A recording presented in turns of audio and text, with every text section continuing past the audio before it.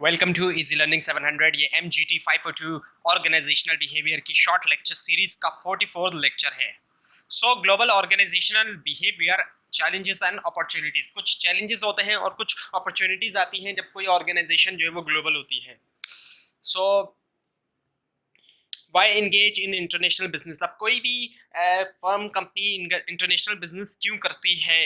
अपनी सेल को बढ़ाने के लिए, रिसोर्सेज हासिल करने के लिए, better components, services, products, foreign capital, उसको कैपिटल भी मिल जाता है, यानी कि इन्वेस्टमेंट भी मिल जाती है बाहर से, यानी बाहर की कंट्रीज से, टेक्नोलॉजीज की वजह से भी और इन्फॉर्मेशन की वजह से भी। So why international business is growing? क्यों ग्रोइंग हो रहा है? क्योंकि liberal government policies on trade. अब कुछ कंट्रीज के अंदर लिबरल पॉलिसीज होती हैं ट्रेड की, और रैपिड इम्प्रूवमेंट की वजह से टेक्नोलॉजी जो है वो बहुत तेज़ी से उसमें इम्प्रूवमेंट आ रही है। ट्रांसपोर्टेशन सस्ती भी हो रही है और जाहिर बातें तेज़ भी हो रही है। कम्युनिकेशन भी जाहिर बातें वो अब काफ़ी ज़्यादा जो है वो ग्लोबली हो रही है। और उसके अलावा नए इंस्टीट्यूशन जो है वो सपोर्ट कर रहे हैं ट्रेड को। जैसे ग्लोबल बैंकिंग आ चुकी है, कंज्यूमर की डिमांड है, कंज्यूमर जो है वो दूसरे कंट्रीज में मौजूद हैं और कंपनीज एक दूसरे से सीख रही हैं। So how does globalization affect people at work? किस तरीके से ग्लोबलाइजेशन जो है वो अफेक्ट करती है लोगों को काम पे। सो मल्टीनेशनल एम्प्लॉयर्स होते हैं। सो मल्टीनेशनल कॉर्पोरेशन जो होती हैं, कंपनीज जो होती हैं, ये वो फर्म्स होती हैं जिनके एक्सटेंसिव इंटरनेशनल ऑपरेशंस होते हैं, बहुत ज़्यादा फैले हुए इंटरनेशनल ऑपरेशंस होते हैं कई सारे कंट्रीज में, more than one foreign country, एक से ज़्यादा फॉरेन कंट्री में। और इसकी जो कैरेक्टरिस्टिक्स हैं वो ये है कि मिशन और स्ट्रेटजीज जो है वो वर्ल्ड वाइड होते हैं स्कोप के अंदर, यानी कि सिर्फ एक कंट्री का नहीं होगा बल्कि वर्ल्ड वाइड होगा। और वर्ल्ड वाइड व्यू होता है without any alliance to any to one national home, यानी कि जो इसका व्यू होगा वो national world wide view national view से हट के होगा और बहुत ज़्यादा इकोनॉमिक पावर और इम्पैक्ट होता है। सो मल्टीकल्चरल वर्कफोर्स। सो स्टाइल, इसमें क्या होता है कि डिफरेंट स्टाइल होता है लीडरशिप का, मोटिवेशन का, डिसीजन मेकिंग का, प्लानिंग का और ऑर्गेनाइजिंग का, कंट्रोलिंग का, और ये वेरी करता है कंट्री टू कंट्री पे। सो एथिकल बिहेवियर अक्रॉस कल्चर। अब एथिकल बिहेवियर अक्रॉस कल्चर जो होता है, एथिकल चैलेंजेस आते हैं डाइवर्सिटी की वजह से, कल्चरल डाइवर्सिटी की वजह से कल्चर जो है वो डिफरेंट होता है। वेरिएशंस होती हैं गवर्नमेंट और लीगल सिस्टम के अंदर। और प्रोमिनेंट करंट इश्यूज जो है वो क्या है, जो अहम करंट इश्यूज हैं वो करप्शन है, ब्राइबरी है, जो रिश्वत वगैरह ली जा रही है, पुअर वर्किंग कंडीशन है, वर्किंग कंडीशन ख़राब है, चाइल्ड एंड प्रिजन लेबर, बच्चों से काम कराया जा रहा है, और जो प्रिजन है, जो कैदी है उनसे, तो ये काफ़ी अहम इश्यूज हैं। सो आर अरे मैनेजमेंट थ्योरीज यूनिवर्सल। जो मैनेजमेंट की थ्योरीज हैं वो यूनिवर्सल है, यानी कि एक मैनेजमेंट की थ्योरी पूरी दुनिया पे अप्लाई की जा सकती है। नहीं, आंसर नहीं है इसका, नहीं है, क्योंकि एक थ्योरी हर जगह अप्लाई नहीं की जा सकती। सो cultural influences should be carefully considered in transferring theories. Cultural जो इन्फ्लुएंस है, कल्चर जो चेंज है, उसको जाहिर बात है मद्देनजर रखना चाहिए जब थ्योरीज को ट्रांसफर करेंगे and their application across culture. मुख्तलिफ कल्चरल में जब उसको अप्लाई करेंगे तो इस सब चीज़ों को ख्याल रखना पड़ेगा। सो आउटसोर्सिंग क्या है? आउटसोर्सिंग वैसे शायद आपको पता भी हो क्या होता है। इसमें कॉन्ट्रैक्ट पे दे दिया जाता है काम को, ना कि ये कि फुल टाइम कोई एम्प्लॉय रखा जाए, वर्कफोर्स रखी जाए, उसकी जगह कॉन्ट्रैक्ट पे काम दे दिया जाता है किसी और को। और ऑफशोरिंग में क्या होता है कि दूसरी कंट्रीज में ओपन की जाती हैं अपनी फर्म वगैरह, और कॉन्ट्रैक्ट आउट किया जाता है work to person in other countries, जो दूसरे कंट्रीज में लोग हैं। जॉब माइग्रेशन, जिस तरह से इंसान माइग्रेशन करता है, हिजरत करता है, इसी तरह से जॉब माइग्रेशन भी होती है, यानी कि मूवमेंट होती है जॉब की, एक लोकेशन से दूसरी जगह पे भी जा सकती है जॉब, एक कंट्री से दूसरी कंट्री पे भी जॉब जा सकती है। So why is globalisation significant to organisational behaviour? Globalisation क्यों अहम है ऑर्गेनाइजेशनल बिहेवियर के लिए? Global economy. अब international technology and electronic communication है। अब इंटरनेशनल जो टेक्नोलॉजी आईटी है और जो इलेक्ट्रॉनिक कम्युनिकेशन है उसने प्रमोट किया है ग्लोबल इकोनॉमी का, और क्रेडिट इंटरनेट बिजनेस ऑपरेशंस और trans national movement of product. अब जो ट्रांसनेशनल मूवमेंट है प्रोडक्ट्स की, ट्रेंड्स की, वैल्यूज की और इनोवेशन की, उससे क्या हो रहा है? इफेक्ट हो रहा है ऑर्गेनाइजेशन। जब एक ऑर्गेनाइजेशन इंटर होती है, इंट्रैक्ट करती है इंटरनेशनल मार्केट में, तो उसकी खुद की जो उसका खुद के ऊपर भी इफेक्ट हो रहा होता है। सो मल्टीकल्चरल वर्कफोर्स है ऐसी वर्कफोर्स जो जिसका ताल्लुक जो है एम्प्लॉयज़ का मुख्तलिफ कल्चर से होता है। सो रीजनल इकोनॉमिक अलायंसेस, अब वो कौन कौन सी है? मुख्तलिफ रीजन्स के ऊपर बनी हुई है। जैसे इकोनॉमिक यूरोपियन यूनियन है, यूरोपियन कंट्रीज़ की यूरोपियन यूनियन बनी हुई है। और जो नॉर्थ अमेरिका के कंट्रीज़ हैं, कनाडा, यूएस और मैक्सिको, उनकी north American free trade agreement है, नेफ्टा जिसको कहते हैं। इसके अलावा कैरेबियन कम्युनिटी है, जो कैरेबियन कंट्रीज़ हैं, यानी वेस्ट इंडीज़ के जो कंट्रीज़ हैं। नॉर्मली हम वेस्ट इंडीज़ को एक ही मुल्क समझते हैं, लेकिन ये इसके कई सारे मुल्क हैं, जैसे कि ट्रिनिडाड एक अलग मुल्क है, जमैका एक अलग मुल्क है, और बहामस एक अलग मुल्क है। और उसके अलावा एशिया पैसिफिक की जो है वो Asia Pacific economic cooperation forum है, जिसको एपेक कहते हैं, सॉरी एप सो ग्लोबल क्वालिटी स्टैंडर्ड्स। अब जो ग्लोबल क्वालिटी स्टैंडर्ड्स हैं ये जो है कौन कौन से हैं, तो इसमें जो है आईएसओ का नाम आता है, बड़ा अहम नाम है आईएसओ, आपने सुना भी होगा। पाकिस्तान में बहुत सारी ऑर्गेनाइजेशन जो है वो आईएसओ सर्टिफाइड है। So ISO designation for quality standard के लिए, आईएसओ फ्रेमवर्क जो है वो क्वालिटी एश्योरेंस के लिए है वर्ल्ड वाइड, यानी दुनिया भर के लिए। और आईएसओ सर्टिफिकेशन इंपॉर्टेंट है बिजनेस करने के लिए और डेवलप करने के लिए, reputation as a world class manufacturer. अगर कोई कंपनी वर्ल्ड क्लास मैन्युफैक्चरर बनना चाहती है तो उसके लिए वो आईएसओ सर्टिफिकेशन जो है वो बहुत अहम होता है। सो ग्लोबल मैनेजर्स, अब ग्लोबल मैनेजर कौन है? ये वो होता है जो इस बात को जानता है कि किस तरीके से बिजनेस किया जाए अक्रॉस द बॉर्डर, यानी कई सारे कंट्रीज में, एक कंट्री से बाहर, बॉर्डर से बाहर किस तरीके से बिजनेस किया जाए। अब एक जो डोमेस्टिक मैनेजर होता है, जो नॉर्मल मैनेजर होता है कंपनी का, जरूरी नहीं है कि वो ग्लोबल मैनेजर भी हो। अगर उसको जाहिर बात है अक्रॉस द बॉर्डर वो मैनेज कर सकता है तो वो ग्लोबल मैनेजर है। सो ग्लोबल मैनेजर जो है ऑफन मल्टीलिंगुअल होता है, उसको एक से ज़्यादा ज़बानें आती हैं, कई सारी ज़बानें वो जानता है। अब पाकिस्तानी अगर है तो जाहिर बात है उर्दू के साथ साथ उसको इंग्लिश भी कम से कम आनी चाहिए, और इसके अलावा जिस कंट्री के अंदर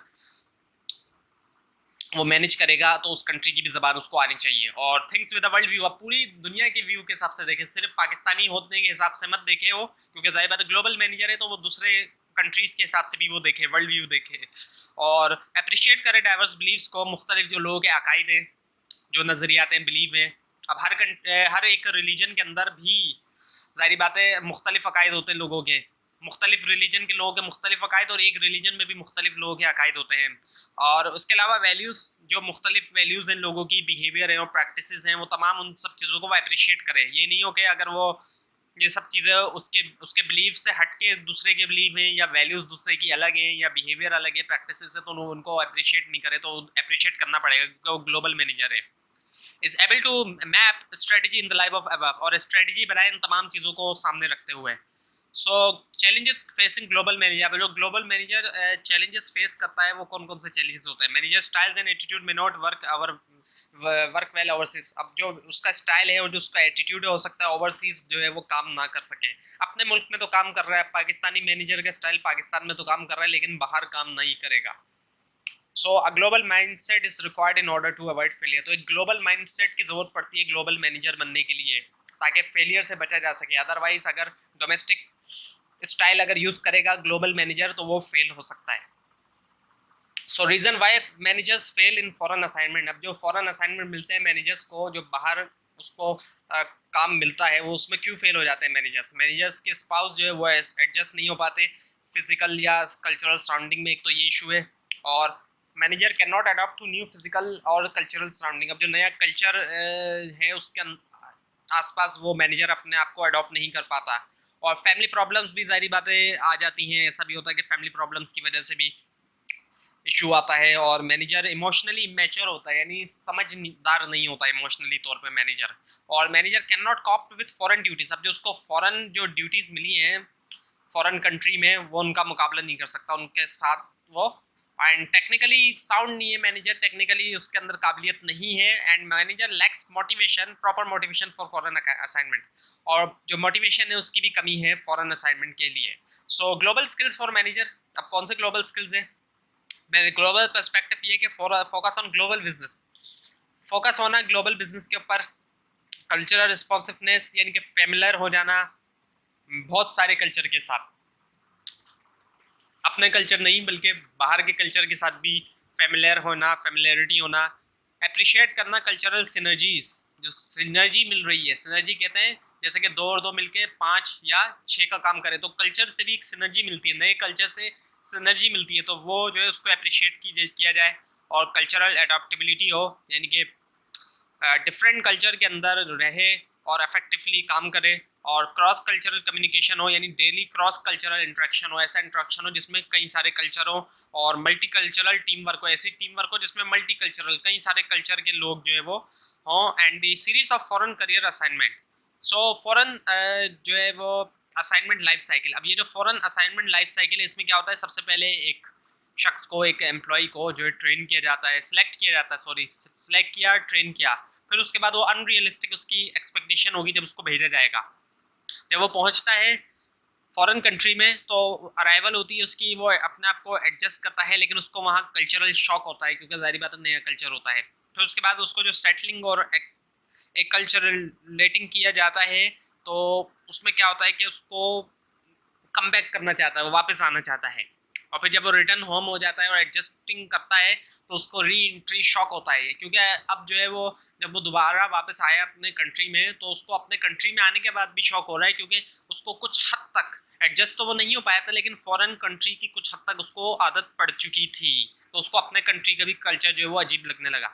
सो factors that influence the organisational behaviour in global organisation, कौन कौन से फैक्टर इन्फ्लुएंस करते हैं ऑर्गेनाइजेशनल बिहेवियर को ग्लोबल ऑर्गेनाइजेशन के अंदर? कस्टमर्स, क्योंकि यहाँ जो पाकिस्तानी कस्टमर हैं वो बाहर ऐसे कस्टमर नहीं होंगे, वहाँ की ज़बान में ज़ाहिर बात है फ़र्क होगा, कम्युनिकेशन स्टाइल में भी फ़र्क होगा, टाइम की तरफ कैसा एटीट्यूड है, यहाँ तो लोग टाइम को अहमियत नहीं देते, लेकिन बाहर ज़ाहिर बात है टाइम की एक अहमियत है। वर्क फोर्स का फ़र्क होगा, वर्क फोर्स अगर यहाँ पे ज़ाहिर बात है पाकिस्तान है तो सारे लोग जो है ज़ाहिर बात है पाकिस्तानी ही नॉर्मली होते हैं, लेकिन बाहर जो है डाइवर्स वर्क फोर्स होगी, पे स्केल का फ़र्क होगा। अब जो यहाँ की परचेजिंग पावर है, जो डेवलप कंट्रीज़ हैं वहाँ की परचेजिंग पावर यहाँ से 5-6 गुना ज़्यादा होती है, तो यहाँ की जितनी सैलरी है वहाँ यहाँ बाहर फॉरेन कंट्री में यहाँ से 5 गुना ज़्यादा भी सैलरी ज़ाहिर बातें हो सकती है। और स्टैंडर्ड्स ऑफ एथिक्स का फ़र्क होता है, जो अखलाकियात हैं यहाँ की कुछ अलग हैं और बाहर ज़ाहिर बातें अखलाकियात के ऊपर काफ़ी ज़्यादा फोकस होता है। और पॉलिटिकल जो क्लाइमेट है, सियासी जो माहौल है, वो भी हर कंट्री का अलग होता है, और वेरिएशंस होती हैं फॉरेन एक्सचेंज रेट में। अब जैसे रुपी के मुकाबले में डॉलर जो है कभी 160 रुपीज़ का हो जाता है, किसी दौर में 100 रुपीज़ का था, किसी दौर में 60 रुपीज़ का था, किसी दौर में इवन के 10 रुपीज़ का था, तो वेरिएशंस आती रहती हैं।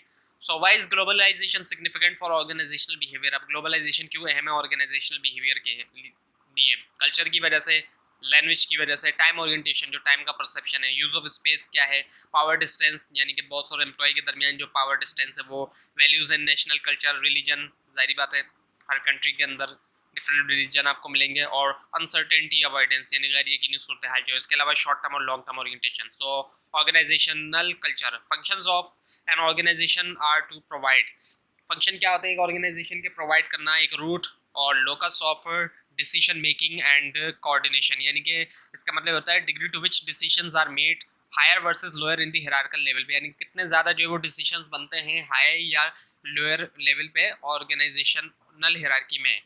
And system for reporting and communication, एक सिस्टम जो है रिपोर्ट करने के लिए और कम्युनिकेशन के लिए। So the design of structure जो है वो डिपेंड करता है स्टेज के ऊपर या फिर डिग्री ऑफ इंटरनेशनलाइजेशन के ऊपर। And the desired way to group, और एक डिज़ायर तरीका जिसके ज़रिए लोगों को ग्रुप किया जाता है और रिसोर्सेज को, and resources to achieve goals.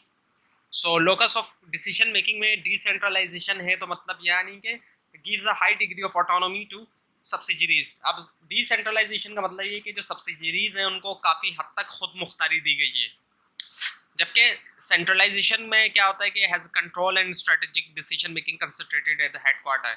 Centralisation होगी तो जो भी कंट्रोल होगा या स्ट्रेटेजिक डिसीजन मेकिंग होगी वो ज़्यादा तौर पे हेडक्वार्टर के अंदर होगी। तो अब आपके सामने सेंट्रलाइजेशन और कोऑर्डिनेटेड सेंट्रलाइजेशन को कुछ दिखाया जा रहा है ये कि किस तरीके से होता है। तो अब कोऑर्डिनेटेड डिसेंट्रलाइजेशन क्या होती है? इसमें ओवरऑल कॉर्पोरेट स्ट्रेटेजी तो वो तो हेडक्वार्टर से बनती है जो ओवरऑल कॉर्पोरेट होती है, लेकिन सब्सिडरीज को जो है डे टू डे एक्टिविटीज़ जो है वो जो भी होती हैं वो सब्सिडरीज के हाथों में होती हैं। सो डिसेंट्रलाइजेशन फेडरेशन मॉडल है अब आपके सामने। जो डिसेंट्रलाइजेशन मॉडल है इसमें क्या है, हेडक्वार्टर है दरमियान में और उसके चारों तरफ जो है 5 जो है वो एक तरह से सब्सिडरी दिखाई गई हैं। और जो नेटवर्क ग्लोबल ऑर्गेनाइजेशन मॉडल है वो कुछ इस तरीके से होता है जो ये आपके सामने है। सो इंट्रानेट एंड वर्चुअल टीम्स, अब वर्चुअल टीम्स का भी कॉन्सेप्ट आ चुका है। इंट्रानेट के थ्रू जो है मुख्तलिफ जो है वो लोकेशंस के ऊपर ऑर्गेनाइजेशन की जो है वो वर्चुअल टीम्स होंगी। इंट्रानेट जो होता है वो एक्चुअली ऑर्गेनाइजेशन का अपना इंटरनेट होता है। So cultural influences on organisational behaviour, अब मुख्तलिफ तरह के लोग होते हैं जिनकी economic, technological setting, political, legal setting, ethnic background या रिलीजन वगैरह ये सब डिफरेंट होते हैं। और सोसाइटल, कल्चरल, कस्टम या लैंग्वेजेस, ये तमाम चीज़ें उनकी मुख्तलिफ होती हैं। और फिर ऑर्गेनाइजेशनल जो बिहेवियर होता है उसका भी एक इफ़ेक्ट आता है। और फिर पर्सन वैल्यूज़, एथिक्स और एटीट्यूड और एजम्पशन, एक्सपेक्टेशंस, ये सब होती है। और फिर जो है वो ऑर्गेनाइजेशनल कल्चरल आता है। सो एथिक्स एट वर्क, अब जो काम के जो एथिक्स हैं उसमें की इशू क्या है? Where does one draw the line when trying to be flexible, adaptable in a foreign country और culture? अब इसका मतलब ये कि कहाँ पर लाइन ड्रॉ की जाए जब फ्लेक्सिबल हो रहा है कोई शख्स या अडॉप्टेबल हो रहा है फॉरेन कंट्री या कल्चर के अंदर। तो ये था आज का लेसन। आपको अगर कोई कन्फ्यूजन है तो नीचे कमेंट कीजिए, और इस पूरी सीरीज़ को देखने के लिए इस चैनल को सब्सक्राइब कीजिए। Thanks for watching.